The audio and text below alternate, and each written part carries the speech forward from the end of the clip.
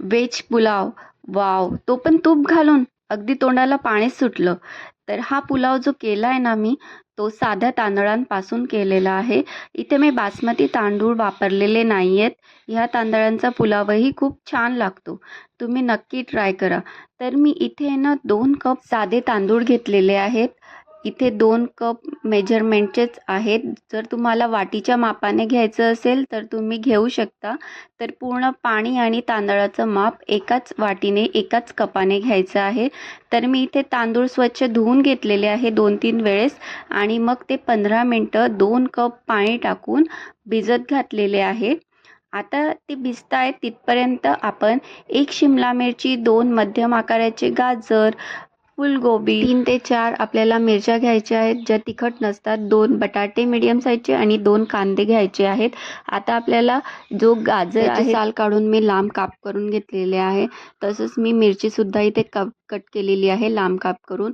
फुलगोबी मी गरम पाण्याने 1 ते 2 वेळेस धुवून घेतलेली आहे आणि शिमला मिर्च मी स्क्वेअर शेपमध्ये कट केली. आता कांदा आहे तो मी कट करून घेतलेला आहे, बारीक काप केले आहे. तुम्हाला लंबे हवे असतील तर तुम्ही लांब काप करू शकतात.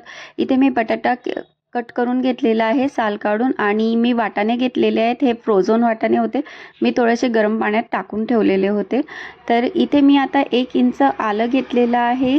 7 ते 8 मी हिरव्या मिरच्या घेतलेल्या आहेत ज्या तिखट असतात आणि मी इथे 10 ते 12 लसणाच्या पाकळ्या घेतलेल्या आहेत. आता यांना छानपैकी पेस्ट करून घेतलेली आहे. अशा प्रकारे ही पेस्ट झालेली आहे. तर आता गॅस ऑन करायचा, गॅस मीडियम फ्लेमवर ठेवायचा. मोठं पातेलं घ्यायचं ज्यात आपण पुलाव व्यवस्थित हलवू शकतो. आता मी इथे 2 पळ्या तेल टाकलेलं आहे. तेल छानपैकी गरम झालं त्यात आपण हिरवी 4 वेलची टाकलेली आहे, 4-5 लवंग टाकायचे. चक्री फूल घेतलेलं आहे मी इथे 2 चक्री फुलं मी अशा प्रकारे तोडून टाकलेले आहेत.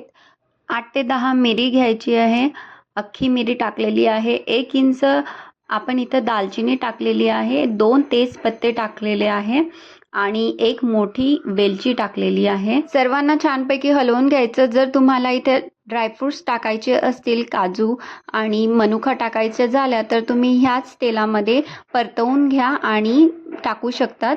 आता इथे मी जी पेस्ट केलेली आहे मिरची आणि आलं लसूणची ती टाकलेली आहे. त्याला छानपैकी अर्धा मिनटं परतवून घेतलं.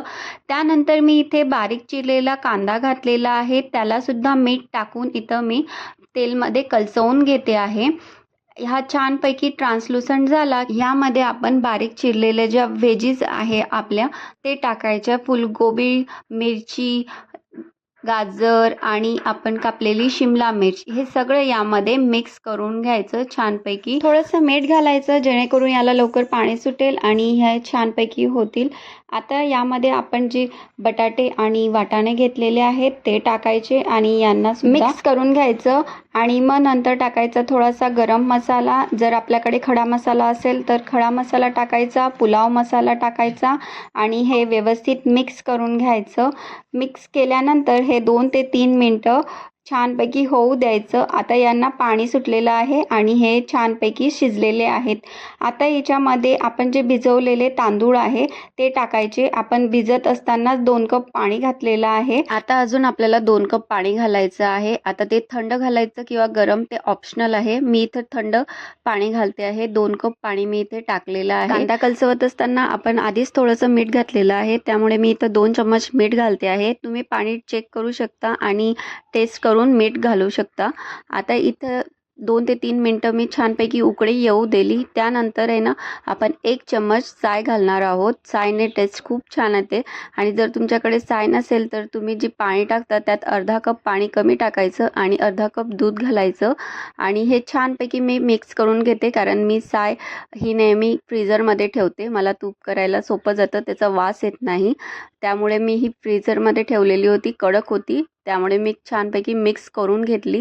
आता 20 ते 25 मिनटं झाकण ठेवून द्यायचं आणि 20 ते 25 मिनटानंतर तुम्ही हे बघू शकतात मंद आचेवर हा जो पुलाव आहे तो किती छान झालेला आहे. हा पुलाव एकदम सोपा आहे, इझी आहे ही रेसिपी. तुम्ही साध्या तांदळांचा सुद्धा पुलाव इतका छान बनवू शकता. आणि तुम्हाला जर बासमती तांदळांचा बनवायचा असेल तर सेम प्रोसिजर आहे. 2 कपला 4 कप पाणी नेहमी घालायचं, डबल पाणी घालायचं आपल्या मेजरमेंटनुसार, तूप घालायचं आणि हा आपला पुलाव एन्जॉय करायचा.